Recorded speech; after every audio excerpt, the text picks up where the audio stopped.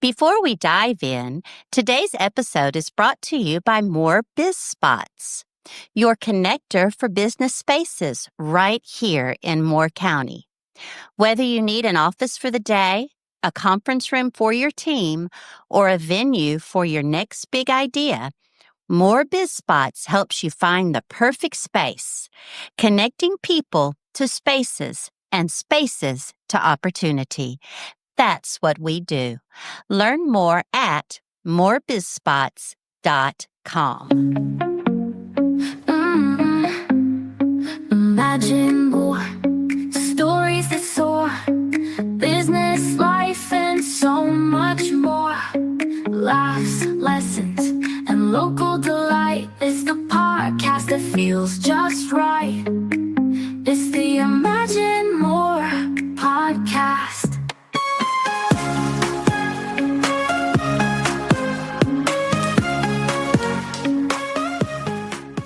Welcome to the Imagine More podcast, where we bring you the stories that shape our community, the people who lead, serve, create, and imagine more for the Sandhills and beyond. I'm your host, Rose Young, and today's guest is someone whose entire life has been rooted in service, leadership, and heart for this community. Major Mark Dutton is a Moore County native, a career wildlife officer, a lifelong volunteer, and now a candidate for NC House District 78. Over the last 30 years, he's worn many hats, from wildlife officer to major, from coach to church member, from father to mentor, always working to make North Carolina safer and stronger. We're going to talk about his journey, what drives him, and the values that have guided him through decades of public service, and now into the world of public leadership. Mark, welcome to the show. Thank you, Rose. I'm glad to be here. Let's start at the beginning, Mark. You grew up right here in the Sandhills, surrounded by longleaf pines and that sense of small town connection. What was your childhood like, and how did growing up here shape the man you've become? Childhood in the Sandhills was incredible. Matter of fact, I just grew up right down the road from where we're at now. Oh, really? Yeah, in Aberdeen, and just across the railroad tracks, actually. So I spent a lot of time in the woods and places around here. But Moore County was just a small town community. I mean, there were separate towns, but, everybody knew each other. You grew up with the same people. You went to school with the same people. Went to church with the same people, and it was just a small sense of community, and it was just one of the places that was great to live in. It's a great area to live in, and it still is. It hasn't changed very much. Has it not? Well, I think about it, and I talk to people, and they start asking about things, and I go back in history, and I'm like, gosh, I remember this, or I remember that, and they're like, wow, you've been here a long time. And I was like, well, I don't think about it that way, but it's 50 years is a long time. Oh, yeah. So I have seen a lot of change here, but it still has the small town sense of culture and places that really haven't changed a whole lot. And if you look at the downtowns and places like that, right. It's sprawled out, and obviously population has increased dramatically, over the years. But other than that, I mean, there's still a lot of the same people and families here that I grew up with, and kidding. Those types of things. So, it's just one of the places that was a fun place to be a kid and go to school and churches and hang out with people. And my grandfather's brother ran the movie theater for years and years and years in downtown Southern Pines. And did he really? Town and Country Cinema, so everybody knew him. That was my first job. So, really? Well, not here, but a movie theater. So I spent a lot of time at the movie theater. I bet so. And then I had family that ran the skating rink here, so I spent a lot of time at the skating rink. So you kind of just got to know a lot of people being in those types of places. So that was part of my childhood, and the things that I remember. Yeah, so you mentioned that your passion for conservation and public service started young. What drew you toward the North Carolina Wildlife Resources Commission? Was there a moment when you just knew that was your calling? My family grew up in the country, and I started hunting fishing and hunting both at a very young age. I was fortunate enough to have family members, my cousins and my uncles that introduced me to hunting and outdoors. And I just grew up around it. And it was just something that I had a passion for. And it was something that, I really enjoyed. And it was a way to be, out in nature and out and with your friends and different things. But it was also a time to learn about responsibility and ethics That's and true. morals Definitely and those so. types of things. And then, later on, when I got a little older and started kind of thinking about things to do, I was I was in public safety at an early age. I started on the fire department actually here as a 16-year-old. Oh, So I really? spent a lot of time, around police officers, and a lot of family members were police officers and firemen and those types of things. And I worked at a hotel here in town actually from a young age, from the time I was 14. And a lot of the biologists for the Wildlife Commission used to come and stay at the hotel Oh, that's because cool. they Yeah. because they did game checks stations and things down on the Sandhills game lands, which were really close by. And they spent their time there. And I would talk to them and ask them about their jobs and those types of things. And it was just very interesting to me. And I didn't think about that path at the time. I was thinking about going to college and being in business and those types of things. And I did actually spend a few years out of college in business before I went into the Wildlife Commission. But early on, it's just those being around the outdoors and hunting and fishing and Right. things like that that just drove me to being a conservationist and wanting to protect the heritage and the culture for, Nice. generations to come and those types of things. So I think just early on, it just something that, got into my heart and never got out. And then when I had the opportunity to try to do it, it was one of those things where it just kind of struck me, and I tried to find out more about it and how to be an officer. I had a friend of mine who was an officer here that I knew and I talked to, and Uh-huh. everybody told me, "Oh, it's impossible! It's impossible! You can't do it." Oh, really? 3,000 people apply for 20 positions, Oh, and gosh, I've heard that. well, it was very competitive, and it still is today. And we're very fortunate to be that way.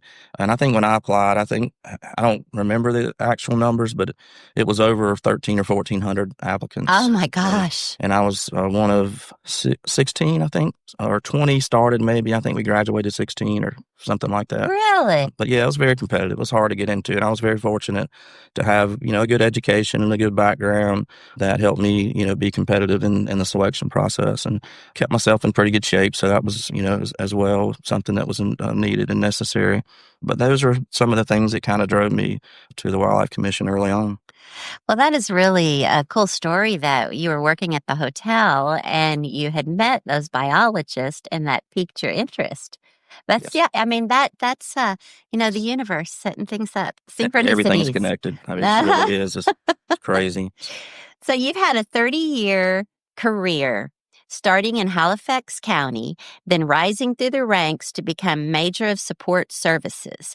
When you look back, what are you most proud of from your time with wildlife enforcement? And what is Major of Support Services? Okay, let's talk about that first, Okay. because that's kind of more recent and new to me. Okay. Major Support Services is basically responsible for the overall administration of the agency or the division. We have about 230 sworn officers, positions, and then some support people as well, dispatchers and administrative staff and those types of things. So my responsibility was basically the budget for the whole Okay. department, Oh, which gosh. was about $25 million total. Oh, my goodness. And then for procurement, purchasing, I was responsible for fleet management, purchasing boats, purchasing vehicles, outfitting, things like that. I was responsible for shipping and receiving, internal affairs, training, hiring, the training division and the basic school. I Good wore a lot of night. hats. Yeah. It was a lot of responsibility. Huge I was amount of the responsibility. boating law administrator, which was a big part of my job as well. I managed the abandoned derelict vessel program, Oh, you did. which was extremely difficult. I worked closely with state legislators and lawmakers and Uh-huh. people in the commission, and working on revamping laws and writing laws and those types of things. So I spent a lot of Really? I spent a lot of time dealing with that. And Uh-huh. at that level, I was basically a assistant chief, and at that level, you deal with a lot of things. I bet A lot of so. politics, and that's kind of what struck my Ah. interest a little bit in Oh, politics. there you So go. there's a lot in state government. Obviously, there's a lot of things that are connected, but that was just a big part of my job, and I was responsible for a lot of things. But I had a lot of good people that worked Oh, with that me makes and a for me. difference. Yeah, it makes a lot of difference. Okay, so what are you most proud of when you look back? So, there's nothing I'm not going to say individual accolades or awards or anything like that because, those just come with for me, those come with hard work and doing the right thing and being dedicated to the profession. I think for me, the most things that I'm most proud of are the impact I had on a large number of people, being able to hire people, being able to train people and shape them into becoming officers that they were. So I had a good opportunity over the years, probably about the last 15 years of my career, to impact a lot of people. I was involved in a lot of things with hiring boards and training and those types of things. So for me, it's just passing on the knowledge and Passing on the knowledge. passing on the skill set and keeping the culture and the heritage of what we like to call ourselves game wardens because that's what we are. Yes, okay. And passing on what it is, what it means to be a game warden because Educating the youth. a lot of kids these days don't grow up with the opportunities to No, it's hunt and fish true. and be Yeah. involved in things. And so for us, it's very difficult now to get people that have the skill sets to be able to go into the profession. Oh, wow. So I would say that. I mean, obviously I worked on a lot of projects. I was involved in a lot of things. One of the things that I was involved with before I retired was the building and development of our training center, which is actually located here in Moore County. Oh, is it? Yeah, and so we built a $10 million training facility on the Oh. property of Department of Public Safety out at Samarkand, Eagle Oh, Springs area. yeah. And I was a large part of that project for several years, over the time. And I was fortunate enough to be able to work on that project before I retired and get it open. And it's up and running. We've already had a first academy graduate Have you really? through the academies, through Oh, the training nice. center. And we use it for a lot of collaboration and partnerships with other agencies and Oh, things. So yeah. it's a great facility, and I'm very proud of that. Oh, nice. Now, is it as competitive getting into this business as it was before? I mean, since there's not as many opportunities for kids. Yeah, it's competitive, but it's not. It's that you don't have the numbers. Right. It's very competitive when it gets down to your education and your experience and the things that Yes. when you start hiring and looking at 16 to 20 people. I spent a lot of time looking at how people were brought up and obviously you got to stay out of trouble and Right. do the right thing to be Yes. sworn as a law enforcement officer. So there's a big part of it there, what your background is, also your education and what your field of education was. Mm-hmm. We hire a lot of people that come from different backgrounds in education, from school teachers to biologists to engineering. I mean, just people come Right. from all different types of backgrounds for this profession, and it's not just people think, oh, you went to school for wildlife management or something like that, and that's Right. not That's not always the it, huh? case. And Okay. one thing I did is I hired a lot of prior military people, people Yes. who were coming out of the military looking for new Right. professions. I hired a lot of college athletes. Oh, did you? Yeah, so those are the things I looked at because I knew those people were able to juggle the academics and the Right. athletics and the time Discipline. management, the discipline and the ethics because they've already been through some type of structure. Oh, interesting. And we're very structured. Our agency's very structured, very hardcore standards, and those are the type of people that can be successful. What would you say to someone young out there that has their interest piqued listening to the podcast and think to themselves, I want to do that? Start young. Get to know people in your community, get to know the officers. We do a lot of hunter education and youth sports and youth shooting sports programs. Okay. And so being involved in some of those things, getting involved in anything to do with public safety at a young age. You've got a lot of law enforcement agencies that have the youth programs and those types of things, cadet programs. So Yes. there's a lot of opportunity to not only get, into the law enforcement field, but to see if you're interested in going into the wildlife side of law Right. enforcement because it's different. It's a totally different animal than just, regular law enforcement. I bet so. Yeah. And there's so much more to it too. I mean, and some scary things. I guess it's all got a few scary things, right? A little bit over the years. I won't go into that right now. No. Okay, so you've held leadership roles that carried a lot of responsibilities. Okay, we've seen overseeing training, the budget, emergency operations, internal affairs, and even managing the state's boating law administration. That's a lot of puzzle pieces to put together.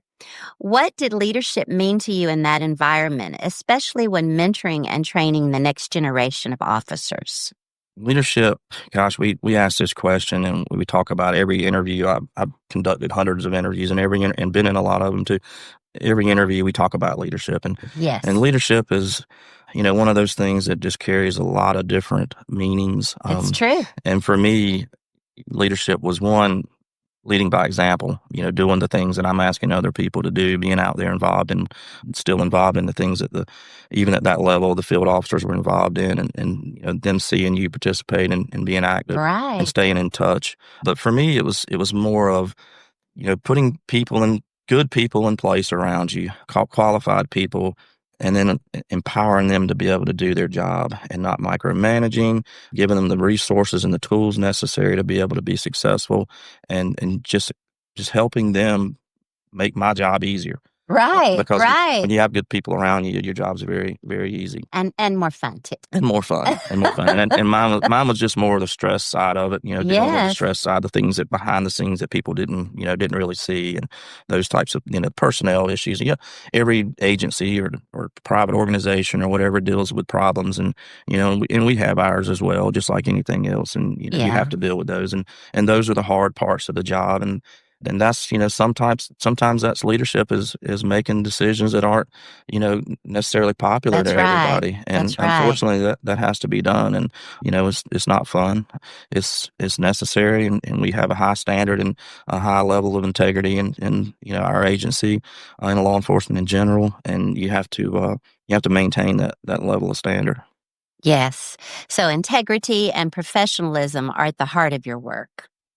How did those values guide your decisions, especially in challenging moments? Just always trying to do the right thing for the agency, for the people. I looked after, our folks as much as I could, until I couldn't.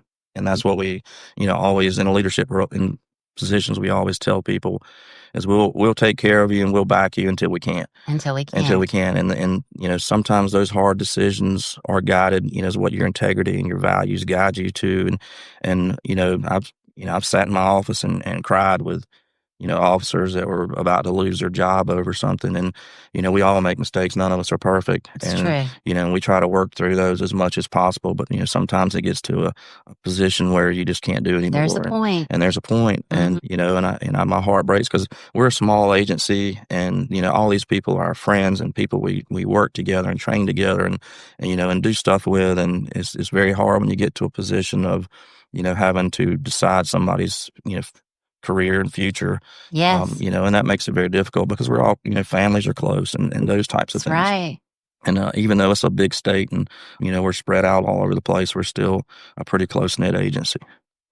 Are you still hunting and fishing and getting out in the wood? Not as much as I'd like to. Yeah. My youngest son is he's all about hunting. So Is he? How old is he? He's 18. Okay. And he's all about it. So I try to take him as much as possible, and he goes more than I do actually. But I was still working the last hunting season, so didn't really have a lot of opportunity and time there. But we do some trips and go on some fishing trips and those types of things, and go to the beach and like to surf fish and go out on the boat when we can. But yeah, I do a little bit. So you received the Governor's Order of the Longleaf Pine, one of the highest honors in our state, Mark.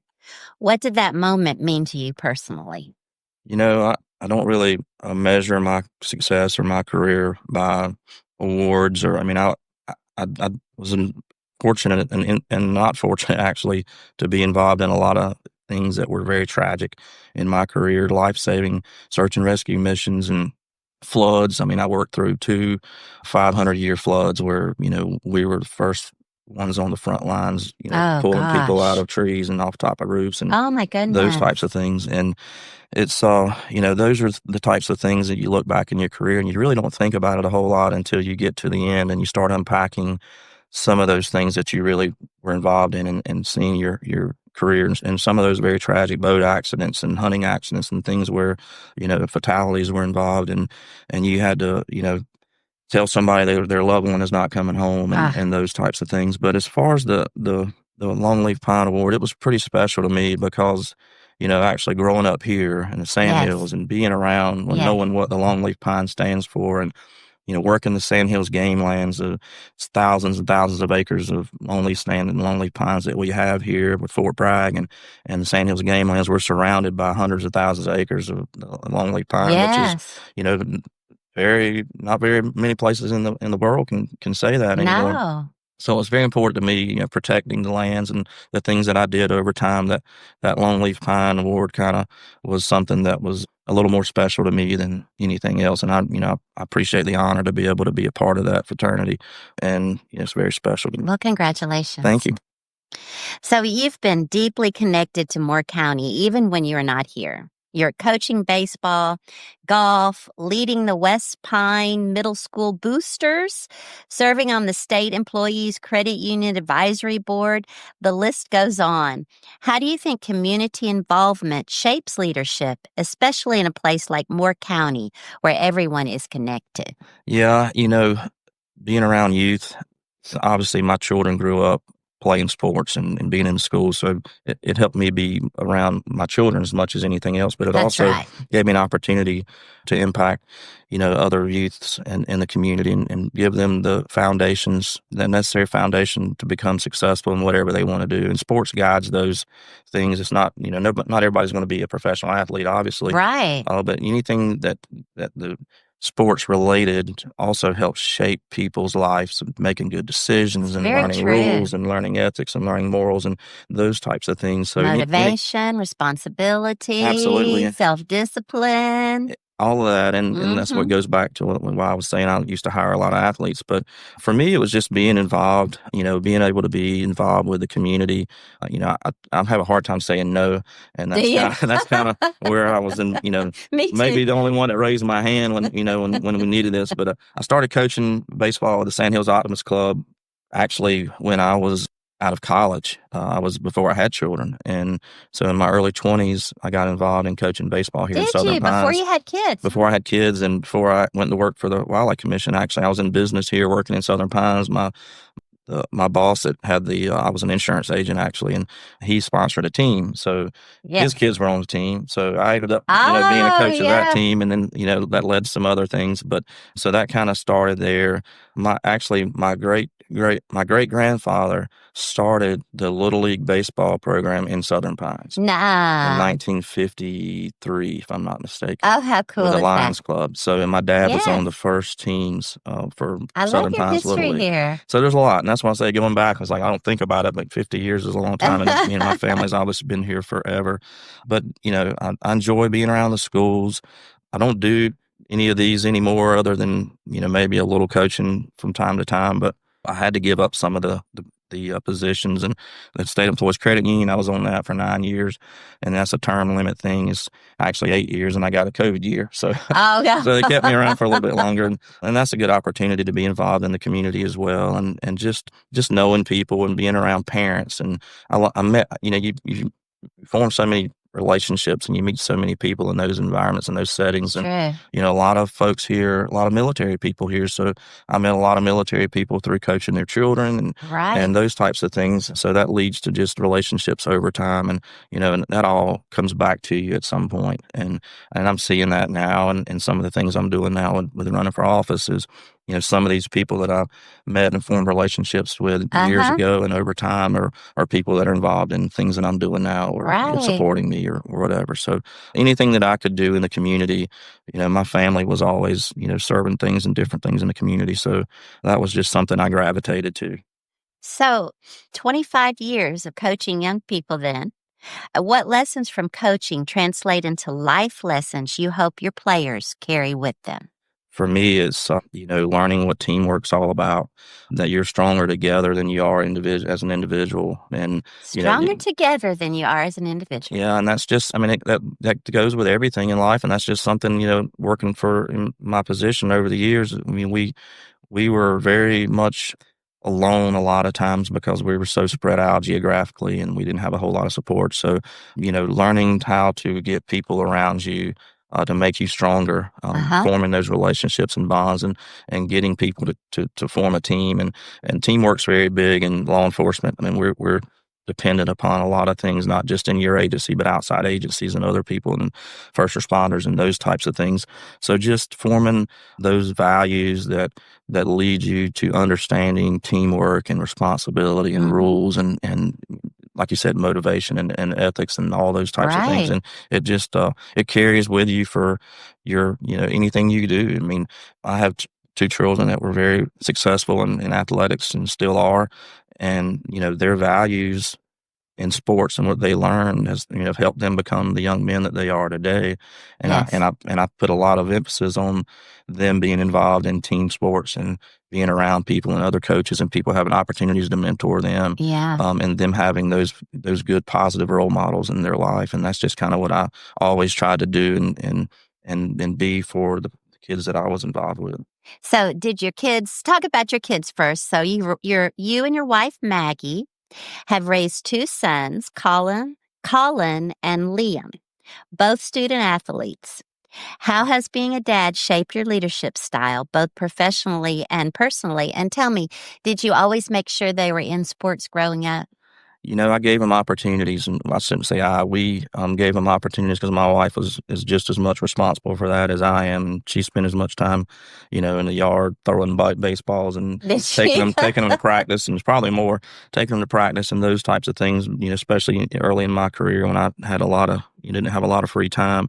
But talking about my kids and my wife, and I kind of get a little emotional sometimes about that. But my boys started doing things, very young, and we gave them baseball bats, and like any other parents, you give them baseball bats and gloves and and balls, and my oldest son Colin, he started swinging a golf club, I think, when he was about 18 months old.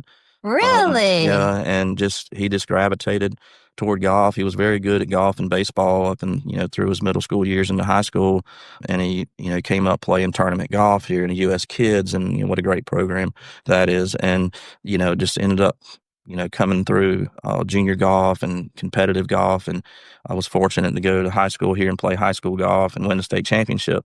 Oh, congratulations, his senior Jeff! That's year. So cool. Yeah, they have Pinecrest has a great program, good coaches and good mentors and those things. And he was fortunate enough to get a scholarship and go to play golf in college. Oh, that's what he's doing now then. Well, he just graduated. So did he? Oh my goodness. Yeah, he played 3 years at Wingate University, and he had broke a lot of records, won some tournaments, did a lot of good things, was academic All-American, was all-conference, all those things. My goodness. And he ended up transferring to UNC Greensboro for his senior year just because he wanted to play at a higher level and wanted to be, at a more competitive level in Division I. And it was a great decision. He had a great career, a great senior year. He actually ended up winning his conference championship as an individual, was able to go play in NCAA regionals. Oh, how proud are you? Yeah, it was awesome. It was great. Yeah. And we walked a lot of miles. I'll tell you that. Following him on the golf course, 36 holes a day and some days, and, up and down hills. How do you do such a thing? Oh my goodness. A lot of motivation.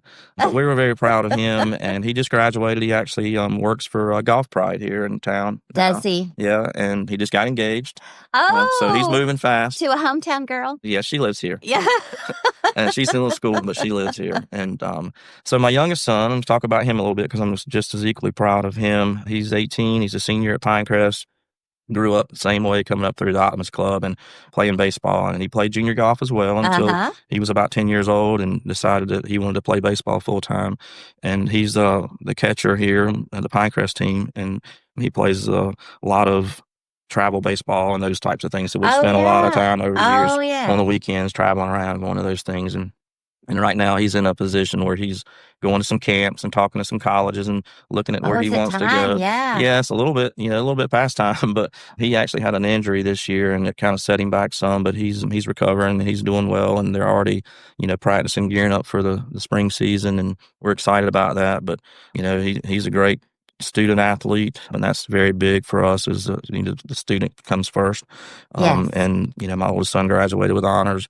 Even being on the golf team and having to travel and juggle all that, it's built him, made him where he is today, and he's got a very good work ethic.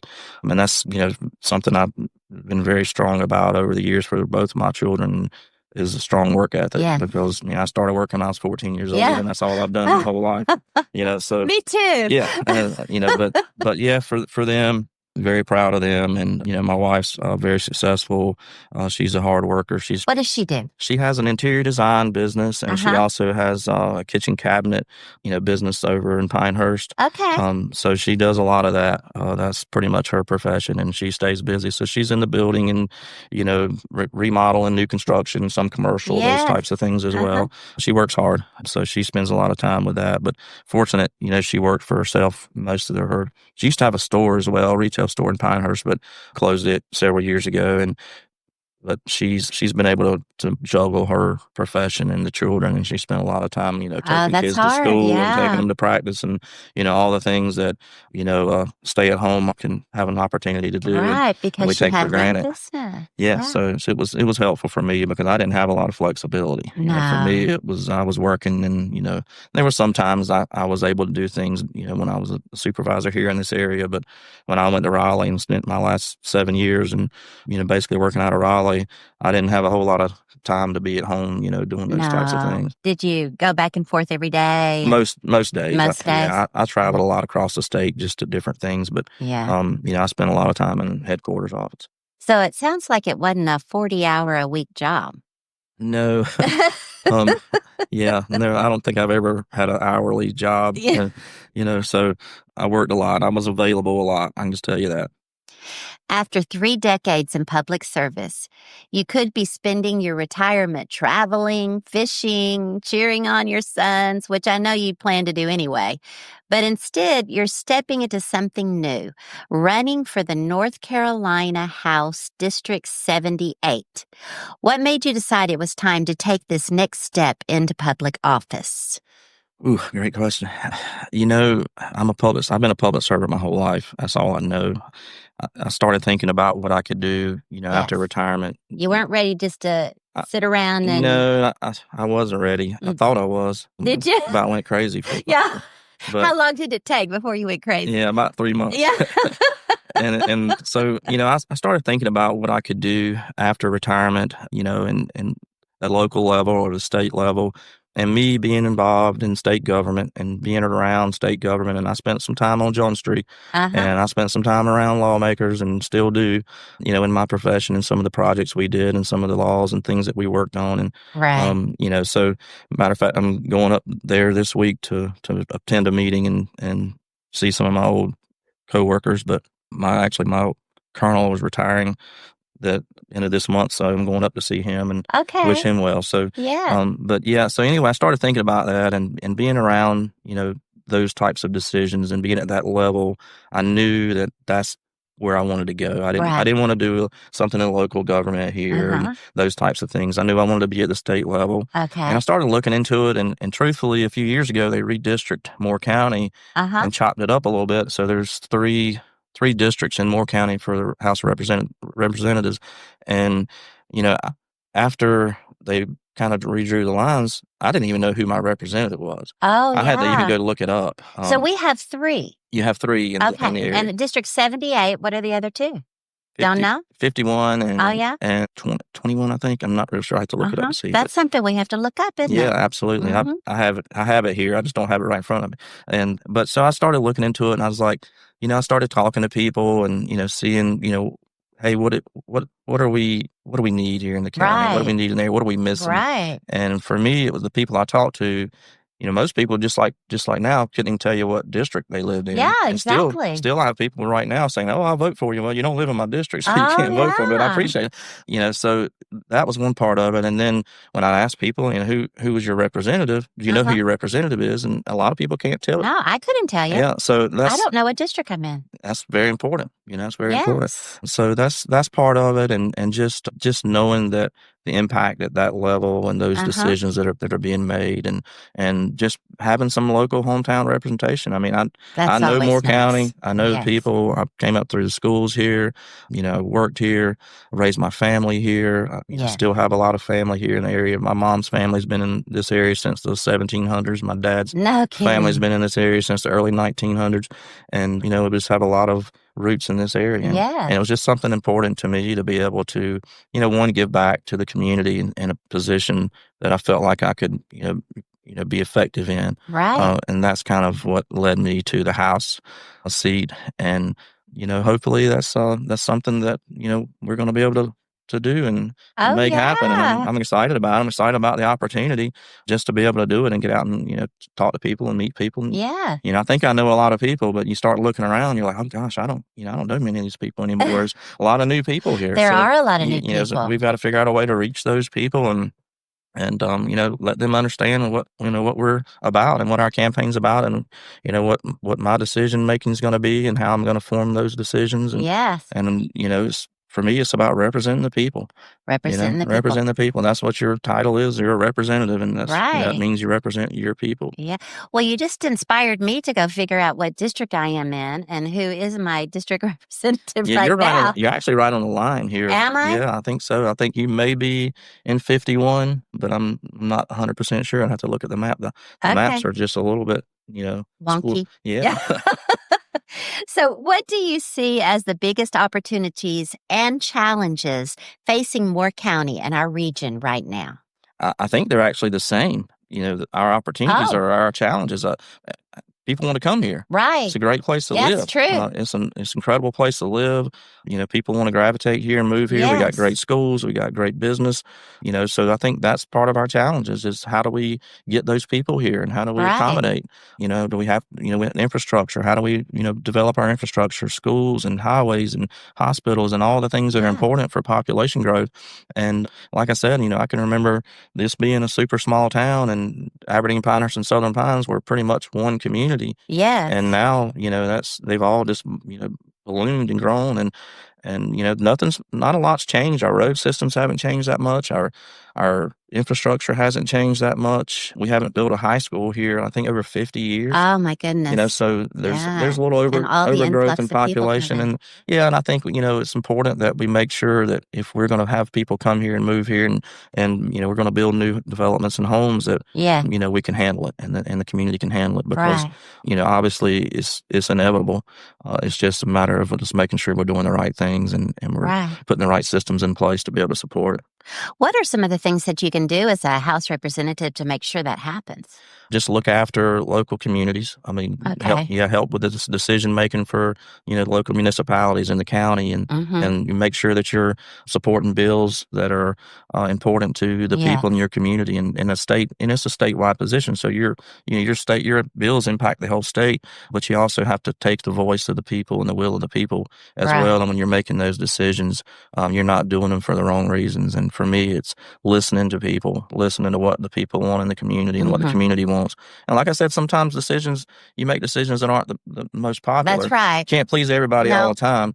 And you have to make those decisions in the best interest of the totality of the circumstances. And you have to look at the big picture. And that's Right. something I've always tried to do is have that 30,000 feet view of, what we're decisions that we're making we're and how they going. impact Mhm. different people and who are your stakeholders and, who are your constituents and those types of things. Right. And, that happened, when my last job, we had over 1 million constituents, that are people that were participating in regulated activities. And we had to make rules and laws that, that govern those things. And Mhm. sometimes those can be a little bit, contentious. And, like I said, you're not going to satisfy everybody all the time, but you make those decisions for the best interest of the whole. Right. Do you think that we're growing too quickly, or, are we on the road to having our infrastructure in? I don't really even know how to ask Yeah. that question, I Mark. think we're trying to balance. I think you got to have a Mhm. balance, and you see the roads being widened, and you see Right. some of those things, and the hospital growing, and Right. schools being built, and those types of things. And I think water and those are very important Yes. to make sure we can provide the natural resources for people as well. And Mhm. and I think we're doing a pretty good job of it. Okay. I think there's some things that are happening right now, and there's some decisions being made that are kind of impacting that. And I don't want to get into that too deep, but I think those are some of the things in the next couple of years that we really got to be careful about Right. and make sure we're making the right decisions for the right reasons. And and we're supporting the right things because, people moved here for a reason, or you Right. either moved here for a reason or you stayed here for a reason. Exactly. It's one of the two. And what was that reason? And, a lot of people don't want to live in that type of community, or, they would have moved to a city, Charlotte or Raleigh or, Yeah. Cary or whatever. So we got to make sure we maintain, try to maintain the core values of what our community is and the purpose of, what it was founded on. Right. And then the reason people want to be here. Obviously we've got the military here. There's a big influx of population. That's why I'm here. Yeah. Okay. That's great. And I stayed. And, and a lot of people don't realize, but we're landlocked. Oh, yeah. We're I guess landlocked so. Aren't we? We've got, Fort Bragg to the east. Uh-huh. We've got state and government land to the south and to the Okay. west. And there was really not a lot of opportunity for us to really grow out. We Okay. can grow in, but we just can't grow out Oh. because we're bound by, a Right. lot I of. didn't realize that we were like buffered. that. Yeah, we're buffered by so much public and government land, Uh-huh. which is a good thing. Yes. Because it protects us. But we also have to realize that, and Yeah. kind of not be in a little, in a box, in a bubble. Yeah. Figure You can out only grow as big as you can grow. exactly. And when I was commuting to Raleigh, I saw just in 7 years the difference in the population and the traffic from Southern Pines to Raleigh changed so much over that time. No kidding. The Sanford area is really growing a It lot. is, yeah. And that's basically Raleigh moving south because there's, Raleigh's kind of boxed in too, and they've grown all around, and south is pretty much the only way Raleigh can grow, and you're starting to see it, a lot Yeah. more. Sanford seems up and coming to It me. is. It is a lot. Lee County is really growing. It's a small county, but it's, growing very rapidly. Yeah. Oh, And that's just gosh. our neighbors to the north, So when voters hear your name, what do you hope they associate it with? What do you want people to know about who Mark Dutton is at his core? I think what for me, what I would like the people to associate my name with is a friend, a neighbor, somebody they grew up with, somebody they went to school with. It's true, though. Isn't Somebody it? they worked with, somebody their kids played sports with, somebody that they coached their kids. Nice. Somebody went to church together. All those things, where you look back and say, "Oh yeah, I know him." And Right. for me, that's what's important, is that people know you or Okay. know who your family was. I have a large family here on both sides of my family, my mom and my dad's families.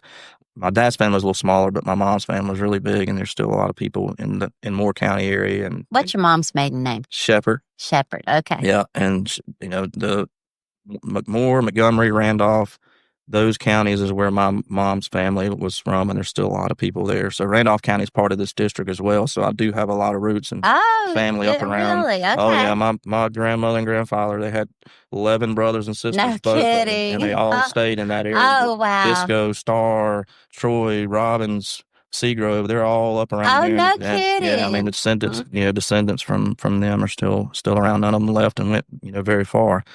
So I still have a lot of that. But for, going back for me is just, being somebody that somebody knows they can depend on, they can contact, they know how to get a hold of.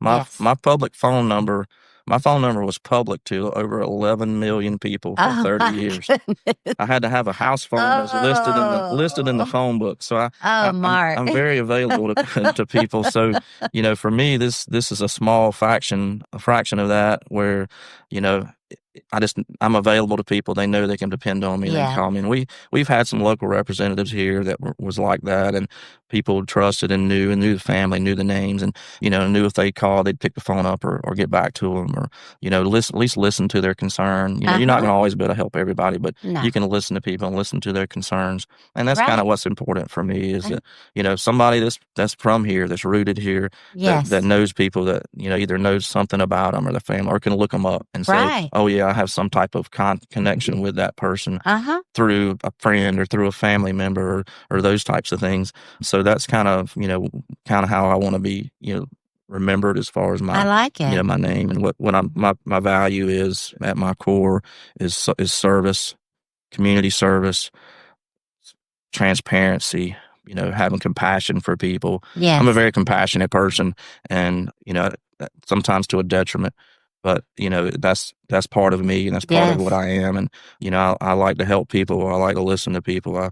Sometimes I do, more than I probably should sometimes. And, maybe like I said, at my detriment or to my family or something like that. Right. But it's all about service for me. It goes back to, answering the call for a fire Answering the at call. 3 o'clock in the morning, or a phone 11 call. million people's call. Oh, yeah, absolutely. Yeah, unfortunately, yeah. My phone rang a lot. Back in the old days, when you had an answer machine, you had to come home and check your answer machine and call people back and all that kind of stuff. And times have changed, and technology's really changed a lot of how we do business, and and it's impacted a lot of different things over time. And when we lost our internet yesterday, the whole community lost I internet and know. phone, and it's like, what do we do? Everybody was talking about it. It's like, oh no, Can't watch TV. You can't talk on the phone. They kept looking at text. That was told me. Yeah, we go back to like, what did we do before we had this? I don't know. And it's not been that very long ago. No, truthfully. GPS. What did I ever do without a GPS on my phone? How did I get? You had a map in your your glove box in your car, and you pulled it out. You went by road maps and signs and things. So we sometimes forget how to take care of ourselves and do things. And with AI and Chat GPT and all those things, people are going to get to a point where they can't do anything for themselves. That's true. And we got to make sure that we're. That's right. My husband was reading that we're like 10 years ahead of where they thought we would be in AI. It's insane. Yeah, I can remember the first phone that had a camera option on it, and I was like, that's the silliest thing I've ever heard. Oh, yeah. I was like, why do you want a camera on your phone or text? I'm like, why do you want to text somebody when you can pick up the phone and call them? Now that's just normal. That's it's what natural. you do. That's what we depend on. That's what we do. And our kids don't know any different. They're learning on computers. Exactly. And, that's all they know is What's phone next? and computers. Yeah. What's next that we're going to think is silly? That boom goes crazy. I don't know. All right, Mark, it's time for my favorite part of the show, the quick fire round. These are fun, fast questions so listeners can get to know you beyond the uniform and the titles. Ready? Sure. Coffee or sweet tea? Coffee. Favorite place to relax in the Sandhills? Maxie's. Go-to song when you need motivation? That's funny. I ain't as good as I once was, but I'm as good once as I ever was. Oh, yeah? Okay. Best piece of advice you've ever received? Whether you think you can or think you can't, you're right either way. I've heard that, and yes, I totally agree with you. If you could spend a day anywhere in North Carolina, where would it be? South Brunswick County beaches. Oh, nice. Historical or public figure you admire? Theodore Roosevelt. Theodore, why? Conservationist. The ultimate conservationist. Oh, yeah, there you go. Absolutely. Yes. So did you watch that Elkhorn on, there's a series on Netflix called Elkhorn about Theodore Roosevelt. Check it out. Sure will. Okay, if you weren't in public service, what would you be doing now? Oh, gosh. I think I go back to the Luke Combs song, what would you do if you weren't doing this? Yes. I think I'd still be doing it. You'd still be doing it. Yeah, I don't know, military maybe. I think I would have probably gone into the military. Yeah. So you like the structure, you like the service, you like helping people. I do. Favorite Southern meal? I think just a good old barbecue meal, just Southern barbecue and coleslaw and baked beans and potatoes. Oh, I'm hungry. One word that describes your leadership style? Servant. Something people might be surprised to learn about you. Oh, gosh. I think the biggest thing I can remember, and one of the things that led me into public safety, is I was actually held up and robbed at gunpoint. Oh, no. Yeah, when I was 17 years old at the hotel down the road here on the highway. And, that kind of shaped me a little bit and formed me to wanting to probably get into public safety and law enforcement. Yeah. How about that? Yeah, it was a little scary. Instead of running, instead of getting scared, you decided, okay, I'm going to stop this. That's right. I'm going to fight back. Yeah. Wow. That's cool, Mark. Before we wrap up, I always write a special jingle for each of my guests as a thank you for joining me on the show. Here's yours. Serving with honor, leading with pride, rooted in more where values abide. Strong and steady, trusted and true. That's Mark Dutton, through and through. That's great. That's awesome. I really appreciate that. Mark, thank you so much for being here and for sharing your story. Your commitment to service, from protecting our state's natural resources to mentoring young people, and now stepping into leadership for North Carolina, is truly inspiring. We wish you all the luck that you need to make this happen. And I thank you very much for having me. It's an honor. It's my first podcast, so that's a great. Oh, is it? Yeah, that's new to me. Cool. Yeah, that's new to me. Oh, nice. I don't like to listen to myself talk, so that's probably part of it. Well, you're going to have to be listening to yourself talk. but I appreciate you having me. I appreciate you spending this time, and it's important to get the message out. And there's a lot of ways to reach people, and I think this is a great opportunity to reach people that may have, don't have any knowledge or don't have as much knowledge of what we're doing and what we're about. And I've got a website, and I've got a good team that's supporting me and surrounding me. Obviously, my family team first. Yeah. But we've got some motivation, and we've got some good things going, and hopefully, we're gonna ride it all the way to Jones Street in Raleigh. That's to Jones Street in Raleigh. So to our listeners, if you'd like to learn more about Mark Dutton and his campaign for NC House District 78, you can find more online and follow along as he continues serving the people of Moore County. How do they look you up? What if they want to help you with your campaign? What are some things that people can do that they want to get involved? Well, we've got a website, mark4nchouse.com. You can go to that. You can learn more about it. I've got some public events that I'm going to be attending and going to in Moore and Randolph counties. So getting out and being involved in the public, and just going out and being where people are and talking to the voters and just spreading the word. The website's one thing, and people can, I've got a Facebook page, I've got an Instagram page, and all my stuff is public. I mean, I've got my private. Like I said, I've been public all my life, so I'm not hiding anything. I've got a public Facebook page. If you want to, come friend me and find out what I'm about and look at my website or subscribe to my website, I'm not hiding anything. There's my family's on there, everything's on there, and I enjoy interacting with the people. So the first stop would probably be your website. And then is there a contact information there where if they want to help you and they want to ask you questions and things? Yeah, there's actually a donate site if you want to donate and contribute to that. That's very important. Unfortunately, we got to, have finances to be able to run a campaign. And, if you want to contribute and donate, there's an opportunity there. You can subscribe to, I have an email on there as well if you want to ask questions. My phone number is probably listed on there. If it's not, I probably put it on there, but you can find me on Facebook. You can find me on Instagram. There's all types of things in social media. And if you're not in social media and you just want to pick up the phone and call, I'll be glad to talk to you or call you back if you leave a message, and, try to talk to as many people as I can. As always, thank you for tuning in to the Imagine More podcast, where we celebrate the people who inspire, uplift, and connect our community. And Mark, that certainly has been the case today. I feel inspired. I feel motivated to go find out more about things going on. Thank you for that. Thank you. Yeah, it's great. I'm Rose Young, and remember, together we can always imagine more. Imagine more stories that soar, business, life, and so much more. Laughs, lessons, and local delight is the podcast that feels just right. It's the Imagine More podcast.